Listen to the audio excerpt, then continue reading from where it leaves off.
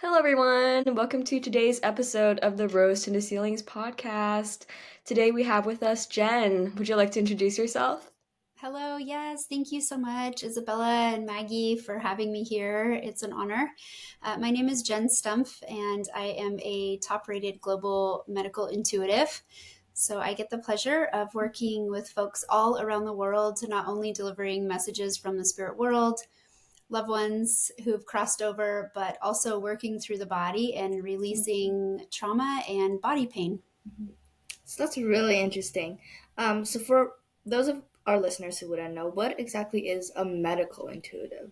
Like, how is that different from like mediumship? Yes, so it's kind of a combination for me, actually.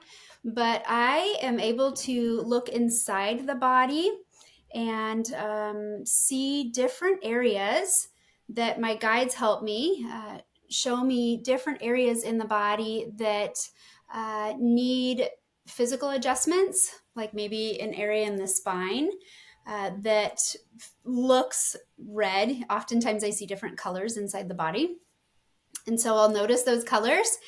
And my ability is that I will be able to immediately dissolve it or pull it out and replace it with healing energy, or let the client know, this is what I'm seeing in this area. This is a weak point that I'm seeing energetically for you. It's so interesting. Every client is very, very different. But overall, a medical intuitive can scan the body, and through training and practice, you're not only able to scan the body, but also release and remove other ailments. So it's quite fun. Could you talk a little bit about those colors? Like you mentioned that, and you talked about red a little bit. What are the other ones? What did like they kind of symbolize to you? Oh, yes. Well, red is how most of the time how my guides connect and communicate with me. And so I'll see red light inside the body, or a an area that looks maybe black. Black is not always good. I did see a gal who had black running through her body, and I knew that she was going to pass soon. So uh, it's very interesting. Sometimes some things come through. I've seen cancer as different colors. Sometimes it's red. Sometimes it is blue. Sometimes in the throat region, it can be blue with like a dirty kind of hue to it, telling me that it's not clean and cleansed. And they'll show me different places of the body, different colors for different places. Sometimes they'll show me directly the solar plexus, stomach chakra, and it's bright yellow, and then it will fade to kind of like a brown color. And so if I see it fading, or however they want to describe it and show it to me, if I see that color starting to change, it means something different. And I'll know right away what it means. Again, it's different for everybody. Sometimes it's like an IBS that needs to be healed. And then they'll take me directly inside the stomach and the entire like GI system. It's very interesting, like as if they are showing it to me under a microscope, actually. Oh, wow. That's Yeah. very, very interesting. I want to know what initially drew you to a healing and a helping profession. Did you always have an interest in medicine? It's very interesting. When I was 6 years old, I would run inside a dental office. My dad actually worked at a dental office. He was a lab tech, so he made Crown and Bridge. And I would bypass him and run straight into the dental office and put a lab jacket on and glasses and gloves. And I would hold the prophy paste for the hygienist while she was working on her patients. And I just thought, oh my gosh, this is what I want to do. And so growing up, I just thought, yep, I want to be a dental hygienist. I want to be a hygienist. And then I switched, and at some point, I wanted to be a vet because I love animals, and animals are very attracted to me. So there's a love relationship there. But when I was 17, I made a choice and thought, this is what I want to do. I want to become a hygienist. I wanted to when I was 6 years old. And you know what? I'm going to make this a reality. And so I went to school, did all the things that I needed to do. I did over 500 hours of volunteer time just to get an extra 3% on my application to get accepted. And, I worked as a hygienist for 14 years. And when I was working on my patients, I would start seeing different helpers coming through for them in the spirit world. So I would see loved ones come through. I did work on one gal who was in, I think she was in AA, Alcoholics Anonymous. And I thought, oh, your necklace is so pretty. And she says, oh, thank you. I've been sober for 5 years. And so thank you so much for, pointing that out. And just as I looked up from looking in her mouth as she's laying in the chair as a patient, I looked up and I saw this beautiful angel at her feet. Of course, this was in spirit. And she had told me that she had been working with her for the last 5 years and that she's done really, really well. And she's so proud of her. And so I just received this big download. I'm getting goosebumps just thinking of it. Oh, it's so cool. Big download for her. And I thought, oh my gosh, this is so cool. And I didn't really realize that I had a lot of intuitive abilities until they started opening up more. And I found that I cared more about my people I was working on than I did cleaning their mouth. So I thought, okay, I need to take this into a whole different direction. And then that's when a lot of like the medical intuitive side started opening up. I think my history and background with medicine and anatomy and physiology and going through college and learning about biology and cells and how everything works, that probably really helped me. Yeah. Oh, that's nice that you had like that switch was a bit easier for you, right? Because of that. But was it hard to kind of like make that initial switch? Because I know like people talk about how medicine can be a really stable job. So how did it feel kind of giving that up to go into something that you're taking like a risk on? Oh, yeah. That's a great question. Yeah, it was a giant risk, actually. And I prepped myself beforehand. I had taken Reiki classes, I had taken some intro to psychic development classes, and I knew that I was intuitive in a lot of ways, especially when I started taking those classes and everything really started kind of falling into place for me. My dreams became a lot more profound. I would have dreams of like healing others and working on others, but it was very difficult to say goodbye to a very well paying job, very stable. I had benefits. I had, of course, dental, medical, but I also had like a 401k and I had that job security. I had a young family too at the time. And so, yeah, it was really difficult to take that leap of faith, but I really trusted and leaned into my intuition. And that's exactly what I listened to and thought, okay, if this is meant to be, then this is time. And it wasn't until COVID hit and all the dental offices were closed that I thought, okay, this is a perfect time to build a website. This is a great time to learn how to do these things. I had never built a website, so I just YouTubed the heck out of it.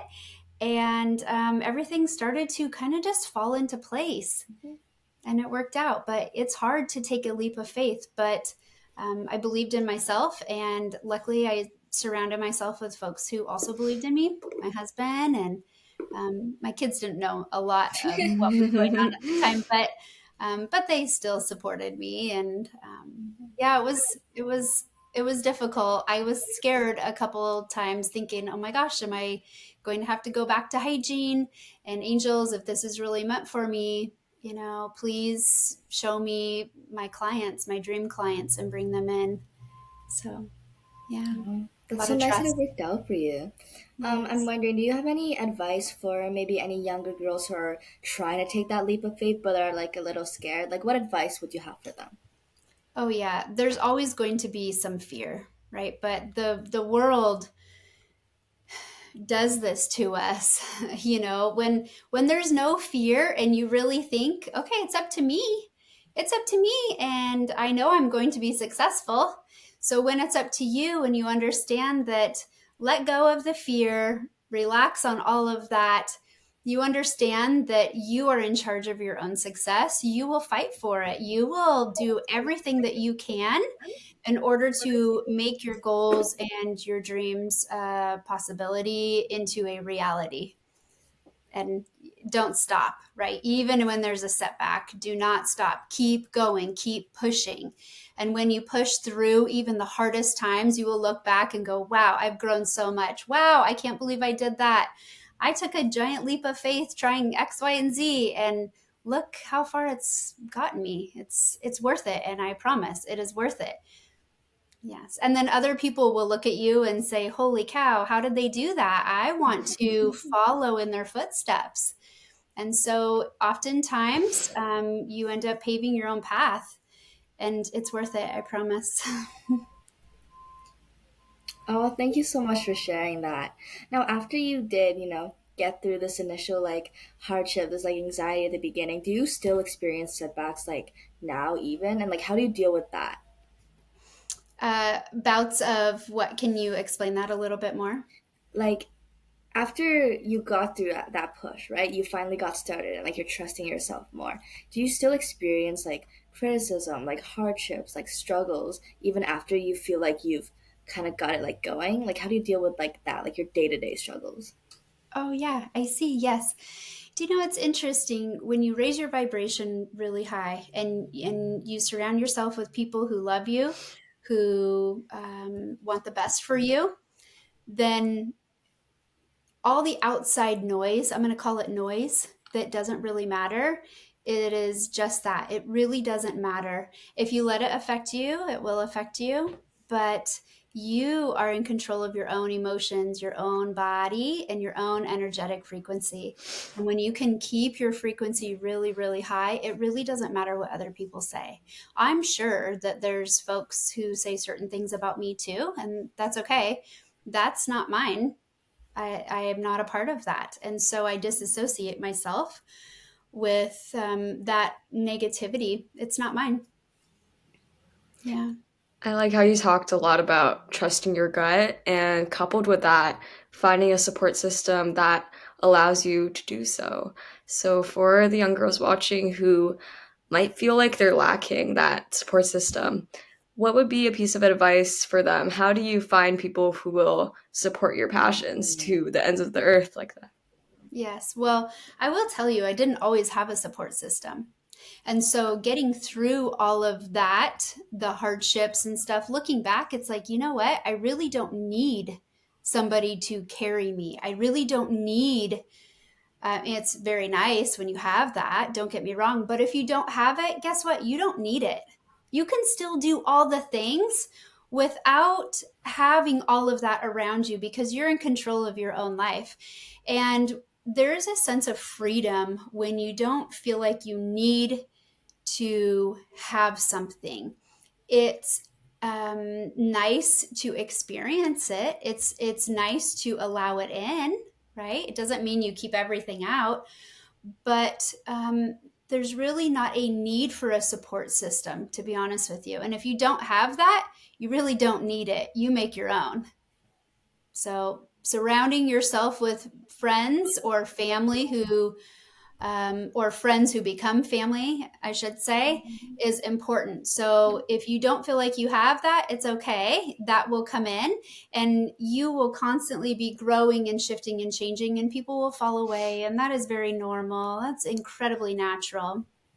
And as long as you don't take it personal, there's no attachment. You don't have to have that. It is very comforting and nice when you do have that, but you really don't have to have that to take a leap of faith and to try your hardest and to go for your goals and your dreams and all of the above. Yeah. Thank you so much for saying that. That was so sweet. Um, can I ask, like, when you're feeling like down in your life, right? Maybe you're just like not feeling very like high energy that one day.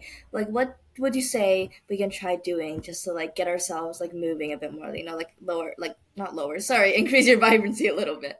Yeah, sure. And I have days like that, especially if I'm working on a lot of clients. Mm. Um, Sometimes my energy will go down, and I have to move. So if I'm sitting in one spot or if I'm just feeling kind of blah, if I get up and I get moving, I feel so much better. So I'll take a walk around the block or I'll jump in a shower and then I'll start it off cold and then end warm. That'll wake you up for sure, kind of snap you out of it.